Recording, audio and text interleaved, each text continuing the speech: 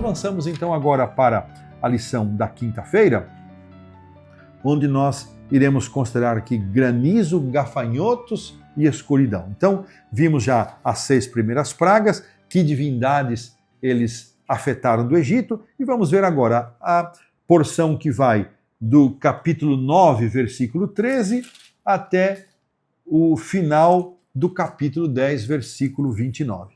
Então, Nut era a deusa egípcia da atmosfera e do espaço sideral, retratada como aquela que controlava aquilo que ocorria no céu e na terra. Osíris era o deus das colheitas e da fertilidade. O granizo está associado a juízo divino, e ele apresenta aqui os textos Isaías 28, Ezequiel 13. Nessa praga, aqueles que esconderam as suas propriedades, os seus animais de forma mais acentuada, ou protegeram as suas lavouras, eles foram protegidos. E aqui, mais uma vez, nós vamos ver que os servos de Faraó insistiram com o Faraó para que ele deixasse o povo ir, mas ele resistiu, ele não aceitou e ele insistiu na sua teimosia. Faraó ofereceu um acordo, mais uma vez, mas Moisés rejeitou, porque mulheres e crianças não poderiam ficar. O Faraó liberou apenas os homens. E aqui nós vemos que quando a praga foi anunciada e alguns egípcios perceberam que iria acontecer e acreditaram, eles protegeram e salvaram os seus animais. Na 8ª praga, que é a praga dos gafanhotos, nos coloca em confronto aqui com Ra, o principal deus egípcio, o deus Sol, e Tote, o deus Lua. Eles não... Perdão, irmãos, eu pulei aqui, perdão. Elimina aqui o que eu falei, vamos voltar. Sete era o deus da tempestade, da guerra e da desordem. Junto com Ísis, era considerado uma divindade da agricultura. Shu era o deus da atmosfera. Serapis, a majestade divina, fertilidade, cura e vida após a morte. Nenhum dos deuses egípcios impediu os juízos divinos. Isso ficava cada vez mais evidente, a ponto de os servos de Faraó insistirem com ele. Mas ele endureceu o coração, ele não aceitou. Então agora sim, a praga 9, Ra era o principal deus egípcio, o deus Sol, e Tote, o deus Lua. Eles não conseguiram produzir luz durante aqueles dias de escuridão.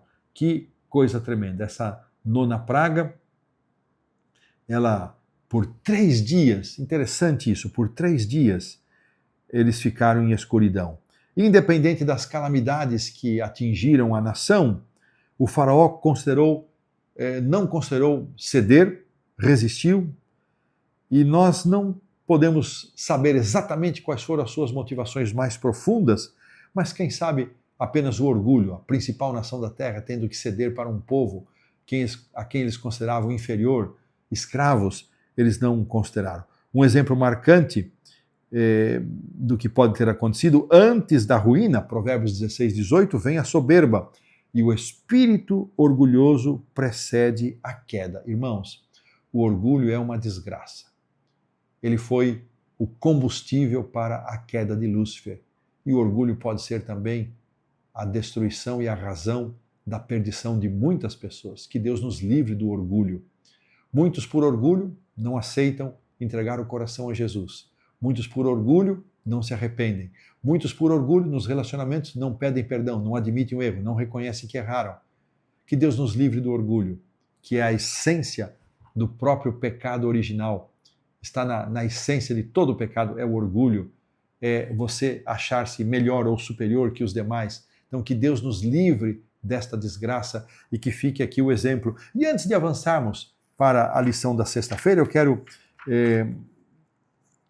me valer aqui da parte do auxiliar do professor para compreender e utilizar uma análise que foi feita, muito, muito interessante, de como as pragas elas foram num crescendo.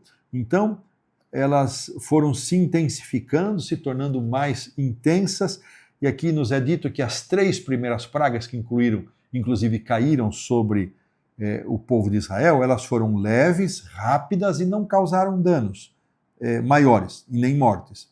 As pragas seguintes, 4 a 6, que nós estudamos na quarta-feira, elas foram já mais sérias e mais prejudiciais. Produziram prejuízo em propriedades, no gado, e afligiram também os seres humanos com feridas. Mas as 3 pragas seguintes, as pragas 7 a 9, elas foram devastadoras. Essas pragas do granizo, gafanhotos e da escuridão envolveu a morte de homens e de animais. Então, de modo geral, também encontramos aqui, cada praga foi precedida por um tipo de aviso, de apelo. Isso se harmoniza com um Deus que quer salvar, que quer que as pessoas obedeçam. Antes das pragas 3, 6 e 9, quase praticamente não houve confronto. As 3 primeiras pragas, já dissemos, caíram sobre os israelitas e também sobre os egípcios, as demais somente sobre os egípcios. Antes que a primeira praga acontecesse, Deus realizou aquele milagre, e depois da 6ª praga ocorre a expressão que Deus endureceu, mas na verdade a decisão de Faraó já estava tomada e Deus não impediu que ele endurecesse o seu coração, sendo a última e 10ª praga a mais destrutiva.